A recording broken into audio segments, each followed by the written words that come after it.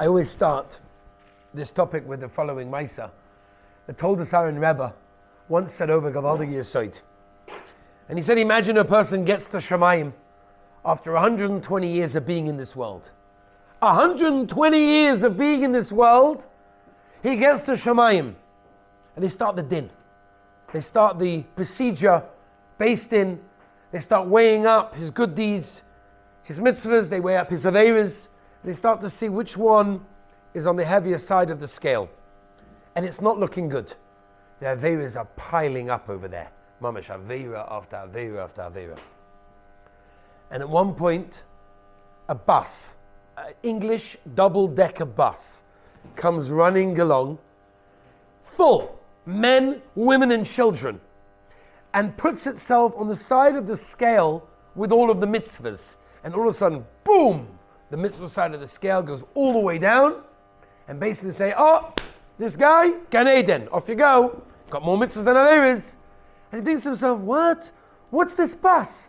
I never saw such a bus. I never saw the people inside the bus. I never did mitzvahs with these people. I don't know who these people are. This makes no sense. So they said to him, I want to tell you what happened.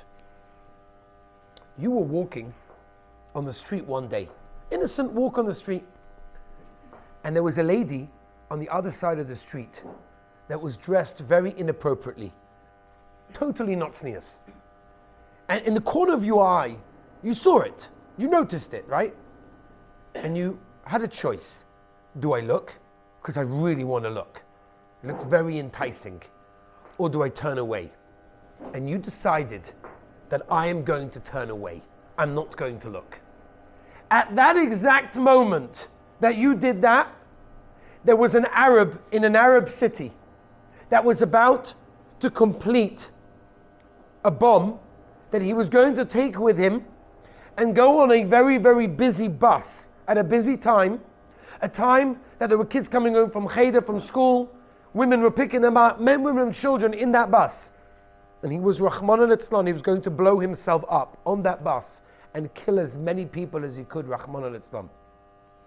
And at the moment that you decided that you're not going to look, you're going to turn away from a sight that you very much want to see, that Arab who was completing the bomb made a mistake, the bomb exploded in his face, and he died, saving all of those men, women and children. Your action saved the lives of the men, women and children in that bus. Every act of chesed, Torah, mitzvah that they did was on your cheshbon. You didn't even know about it. So they told us, Aaron Rebbe, we don't even understand that when we're faced with a challenge, when we're faced with looking at something inappropriately, and we'll discuss a lot of this, then we have no idea the power of that Maisa, of what it can be. Maisa, there are a few bochum in yeshiva, there are a few types of bochum in yeshiva. You know, there's some guys that come to yeshiva to learn. Some guys that come to yeshiva to learn, they want to learn, they're into it, they're ready to go. Some guys, they're not holding there, but they want to learn. Like, I don't actually want to learn, but I would love to want to learn, you know what I mean? And then you got the guys who are so far removed, who they want to learn, right? There are so many different types of people. And the truth of the matter is, anyone that comes to yeshiva shows that he's willing to work, is willing to learn on some level. But the question is, where are we holding? You know, people often say that this type of shir is not negaya to me. Yeah, I don't really need to hear this. Shmiras Einayim, Kedushas Hapeh, Kedushas Einayim, watching my eyes. I don't really, it's not... So I'll tell you two things.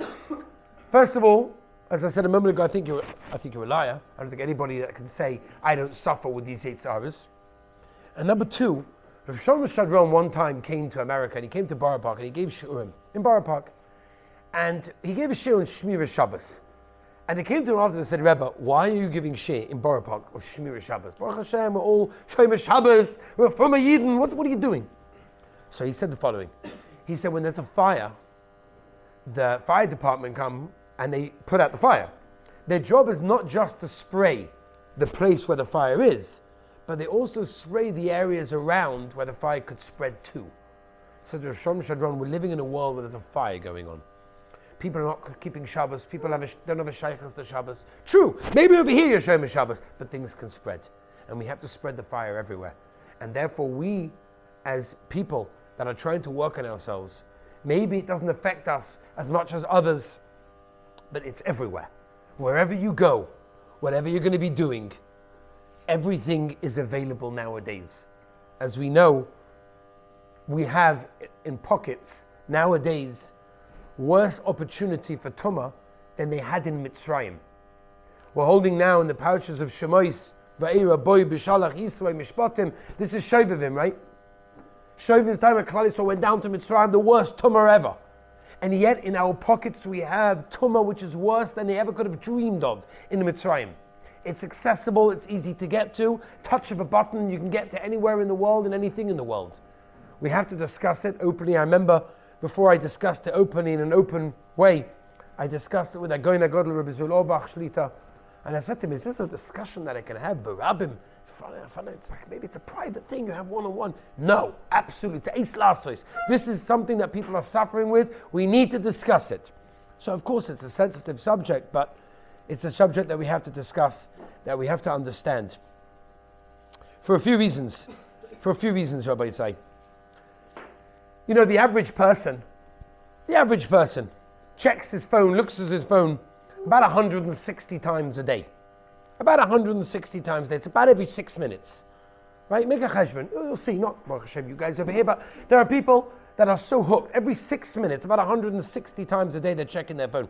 Now, that means that by the time they get to about 90 years old, you look back in their life, and they see that about a third of their life they spent sleeping, okay, to live, and a third of their life they had a relationship with the machine. And what they saw in that machine, that's already a whole different situation.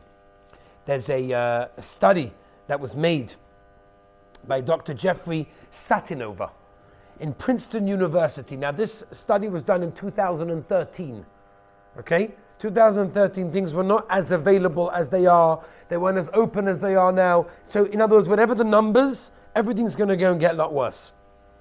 He said in regards to pornography, that he said, non-Jewish person, it's as though we have devised a form of heroin 100 times more powerful than ever before, that's able to be used in privacy of a person's own home and injected directly to the brain through one's eyes.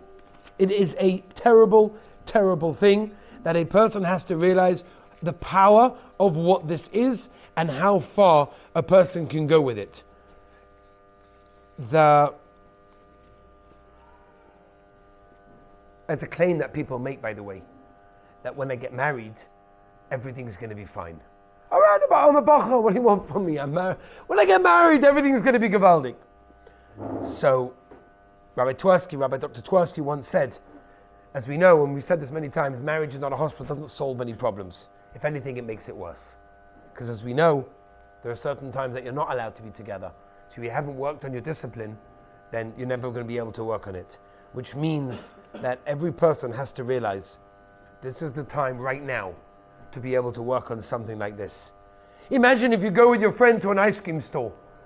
Okay, I remember a few years ago I went upstate New York. There's a place over there, I never saw anything like this, where they have every type of ice cream. Like in the wall they have the faucets coming out. You go and fill up any type of ice cream, all the toppings, you make as big ice cream as you want, you know what I'm talking about? And then you go, I don't even know what it's called, to be honest with you. And then you go and weigh it afterwards, right? It's amazing what goes on, all the different type of flavors. Imagine when you go with your friend and you say to him, which flavor are you going to get? What are you going to choose? I'm paying, whatever you want, it's all on me. And he says, okay, I'm going for vanilla. Oh, come on, you're going for vanilla? You could choose any flavor that you want, toppings, it's going to be amazing, yeah? And he says, yeah, but I don't know what any other flavor tastes like. I only know what vanilla tastes like. Yeah, but chocolate, and you got raspberry, and you got strawberry shortcake, and you got rice cheesecake, and you got a million different flavors. I don't know what they taste like. I only know what vanilla tastes like. Oh, how boring! That's what it's like in a world when a person doesn't know what it's like to live without pornography, to live without having to be able to be subject of your own animal instincts, of doing whatever your body tells it to do, to be able to have the discipline to say no is something amazing. It's something very, very special, and it's something that we have to understand can be done and can be reached. Does it take time? Yes. Does it take effort? Yes. But to live a life where we're so involved with our taivas, where we're so involved with whatever our body tells us to do, we just do, and we just look at, and we just press, and we just go to, then we're not really free. Chazal tell us, Ein ben chayun ela misha osek b'Torah. Mishnah and Pirkei Avos, you're only free if you're learning Torah, and everybody asks, what does that mean I'm free if I learn Torah? If I learn Torah, I've got to keep all the Torah. Keeping all the Torah means keeping all the mitzvahs. Keeping all the mitzvahs means keeping all the halachas. That's crazy. I've got to do this, I've got to do this, I can't do this, I've got to do my left shoe, my right shoe, I've got to put on this, I've got to wash my right hand. It's ridiculous. All these, this is not freedom. What's freedom? Freedom, we think, means the ability to do whatever we want. But that's not real freedom. Because when you could do whatever you want, you're subject to your animal instincts and to whatever your body tells you to do. Real freedom is the ability to do what needs to be done, to do what's right. And with that takes discipline. That's why Chazal tell us, Ein ben chayil el misha osek b'Torah. When you're osek b'Torah and you know there are rules and regulations of life, and you have the ability to follow those rules and keep within the discipline, you're a free person. Because you're really free. A person that does whatever they want, whatever their body tells them to do, whatever the computer tells them is luring on the other side of the screen, they're not really a free person. They're an animal, and they've got no freedom to do whatever they want to do. They've got no freedom because they're tied in their animal instincts. Rebbe Lopian once said a moyed galoshen. He said, imagine if there's a fight between a little shepsala, a little sheep, and a wolf, and the wolf is trying to chop the shepsala. And eventually, it's a fight backwards and forwards, and the shepsala is screaming. And all of a sudden it goes quiet. Why does it go quiet? It goes quiet because the wolf has the shepsala in a deathlock. It's got its jaws around its neck. And the shepsala knows, any way I turn, I'm going to die. And he keeps quiet. Said Rebbe Lopian, the Yetzer Hara, the Satan, has us in a deathlock. That's why it's quiet. But we have to scream. We have to talk about this. Because if we don't talk about it, we're never going to get better. A bacha came over to me. I first gave this series of shiurim to a group of boys that were basically completely off the derech. Whatever that word means. Whatever that title understands it to mean. These kids were not showing whatever. And a boy comes over to me, an 18-year-old boy. Still remember him. Zisa Neshama. I don't know where he is today. Beautiful guy. He says to me, Rebbe, what does the Rabbeinu Shalom want from us? What does he want from us? The Yetzer Hara is in our pockets, it's in our hands. We can do whatever we want, however we want. Nobody has to know about it. On the outside, we're gewaldig, nobody knows what goes on in the bedroom, in the bathroom, whatever it may be. What does the Rabbeinu Shalom want from us? I don't know. But I do know that the Rabbeinu Shalom created us with these Yetzer Hara, in our generation, with all of the temptations, meaning that it may be very hard, but it also means that we can fight it. It also means that we can fight it. We have to ultimately realize that the fight that we're going to put up for this is a fight that's worth fighting, because it turns us into people that are more sensitive, that appreciate our own relationship with our wives, Be'ezah Hashem, and that's a big one, Rabbi Yisai. We're going to talk about that as well. The advantages, which we'll talk about maybe next week, advantages in your life and also with your wife. It's a game changer. And also within yourself, to have the ability to be able to say no, to have the ability to look away when you want so badly to look. That's the mulchama of this generation. That's the mulchama of what we're going through. And that's something we have to think about, it's something we have to fight, it's something we have to talk about. As I told you, today is just going to be a little bit of an introduction. Next week, we'll go into more detail.